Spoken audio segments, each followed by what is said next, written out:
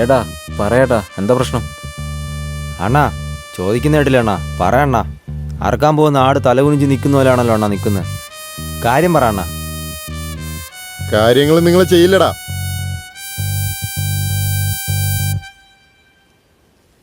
എന്താണ് എങ്ങനെ പറയുന്നത്? ഇതിനു വേണ്ടിയല്ലേ നമ്മൾ ഇത്രയും കാലം വെയിറ്റ് ചെയ്തേ. കാര്യം എന്തെന്ന് പറയണ, ഞങ്ങൾ നോക്കിക്കോളാം. നീ വിചാരിക്കുന്ന പോലെ സാധാരണ കാര്യമല്ല അത്. പിടിക്കപ്പെട്ടാണ്ടല്ലോ ഇടിച്ച് ചമ്മന്തി ആക്കി കളയും.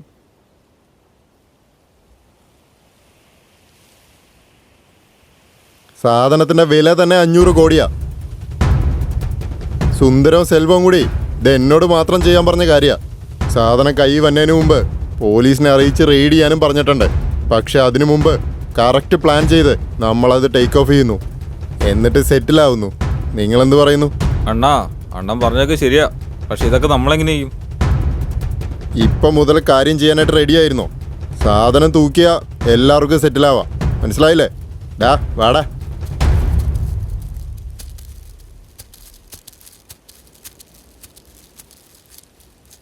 ഡാളിയാ, ഇത് നമുക്കങ്ങ് ചെയ്താലോ?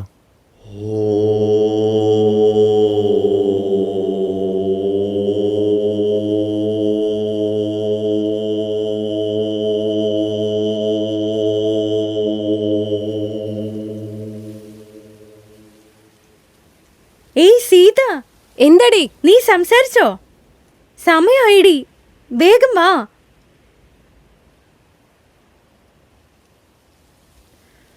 Hey Saranya, hi.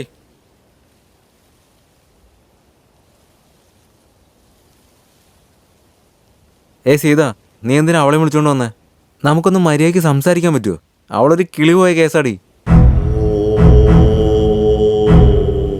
എടി നിനക്ക് പോണെങ്കിൽ പോയിക്കോ, ഞാൻ വന്നോളാം. ശരി ശരി, ഞാൻ വെയിറ്റ് ചെയ്ത് നിന്നോളാം. വേഗം വാ.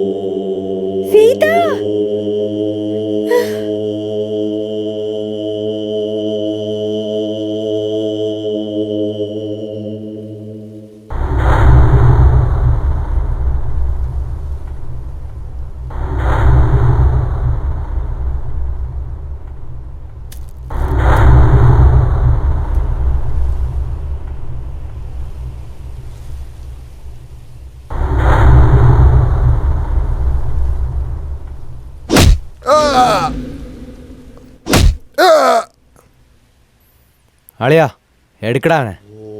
കമ്മീഷണറുടെ മോളെ തട്ടിക്കൊണ്ടു പോകാൻ നോക്കിയ കുമാറിനെ റൗഡി ത്യാഗ് നിസ്സാരമായിട്ട് തട്ടിക്കൊണ്ടുവന്ന് ഒന്ന് തള്ളി.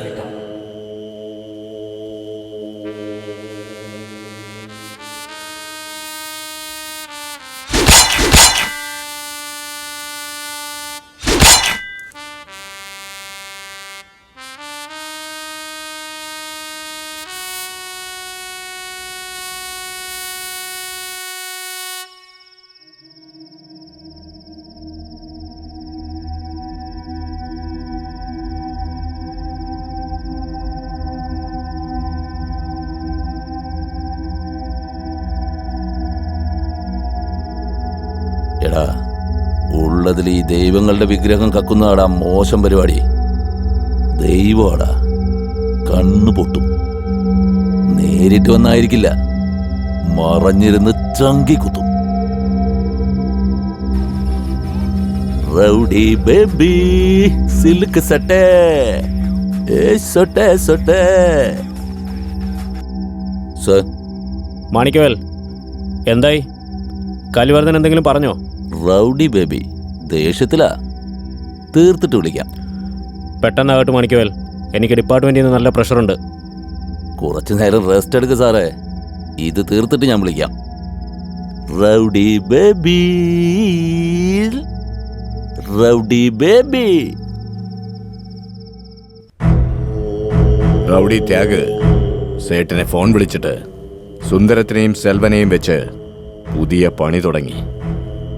പക്ഷേ സെൽവന്റെ കൂട്ടാളികൾ ത്യാഗിന്റെ കൂടെ ഒരു ഡീലിംഗും വെക്കരുതെന്ന് കട്ടായം പറഞ്ഞു.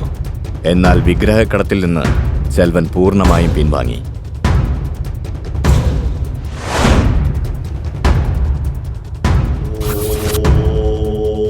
അതുകൊണ്ട് ത്യാഗ് എല്ലാവരെയും പിന്തള്ളി പുതിയൊരു വഴി തിരഞ്ഞെടുത്തു. അങ്ങനെയാണ് വിഗ്രഹക്കടത്തിലേക്ക് ഞാൻ കയറി വന്നത്. മൊത്തം വിഗ്രഹത്തിന്റെയും വില 200 കോടി. പറ്റിയ ആളെ കിട്ടിയപ്പോ അപ്പൊ തന്നെ ഡീലാക്കി.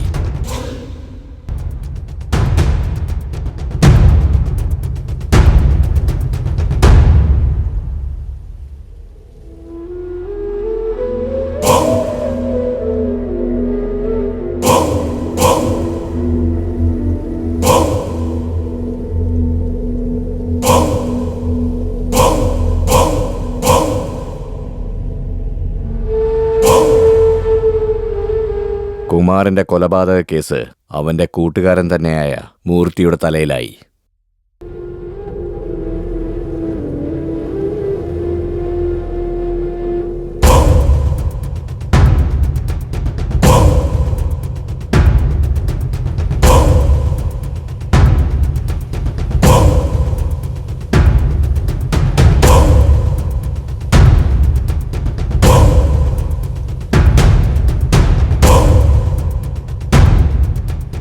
പക്ഷെ അവൻ പോലീസിൽ നിന്ന് രക്ഷപ്പെടുമെന്ന് ഞങ്ങൾ വിചാരിച്ചില്ല.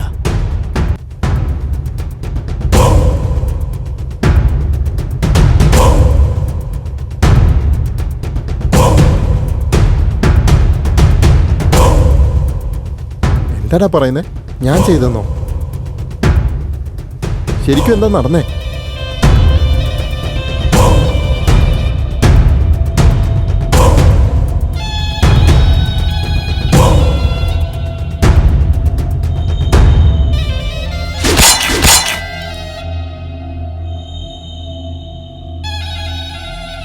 അത് ഇവൻ ചെയ്തതായിരിക്കില്ല.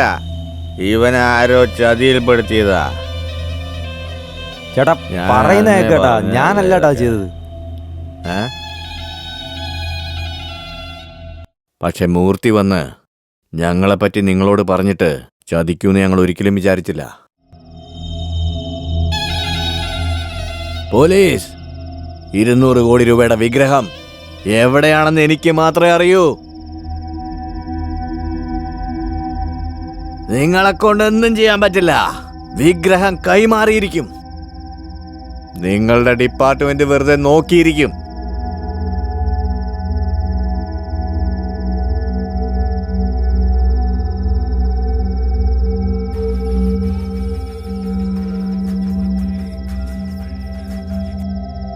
സാർ, വിഗ്രഹം എവിടെയാണെന്നുള്ള സത്യം കലി ഛർദിച്ചു. ഏയ് പോലീസേ, വിഗ്രഹം എവിടെയെന്ന് നിങ്ങൾക്ക് എങ്ങനെ അറിയാം? ഏയ് ചോദിച്ചു കേട്ടില്ലേ? പറയേ. ഇന്ന് രാത്രിക്കുള്ളിൽ നമ്മുടെ ആളുകൾ ചേസ് ചെയ്യും സാർ. ഏയ് എങ്ങനെയാ ബാക്കി ഫോർമാലിറ്റീസ് എല്ലാം നോക്കിക്കോ സാർ. എങ്ങനെയാടാ?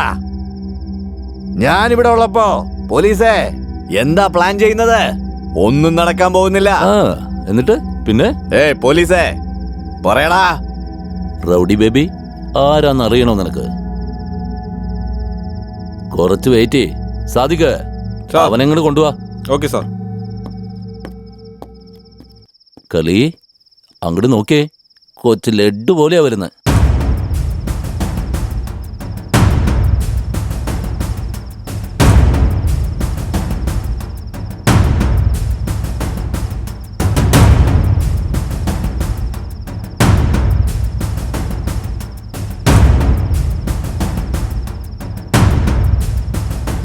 ആ കുട്ടിയാ നിന്നെ ഒറ്റി കൊടുത്തത്, മനസ്സിലായ?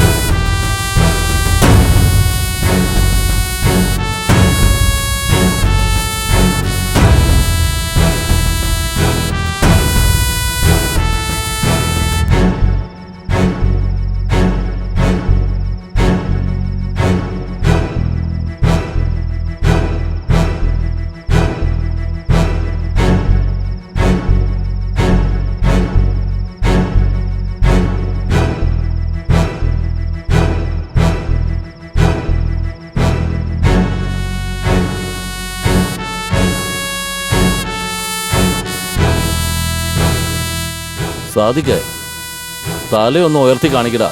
കലി അത് കാണട്ടെ. ഒറ്റിക്കൊടുത്ത് ലഡ്ഡു ആണോ അരിയുണ്ടയാണോ എന്ന്. പിന്നെ ഈ ഫോർമാലിറ്റി എന്ന് പറഞ്ഞില്ലേ, അതെന്താണെന്ന് നിനക്കറിയില്ല അല്ലേ? അത് ഇതാടാ, നമ്മുടെ നാടിന്റെ ഐശ്വര്യത്തെ എല്ലാം വെളിനാട്ടുകാർക്ക് വിലക്കി വിൽക്കുന്ന നിന്നെപ്പോലെ സാമൂഹ്യദ്രോഹികളെ കേരള പോലീസ് എന്താ ചെയ്യുന്നതെന്ന് നിനക്ക് കാണണോ? ഇപ്പൊ മനസ്സിലാക്കി തരടാ നിനക്ക് കേരള പോലീസിന്റെ പവർ. വേണ്ട വേണ്ട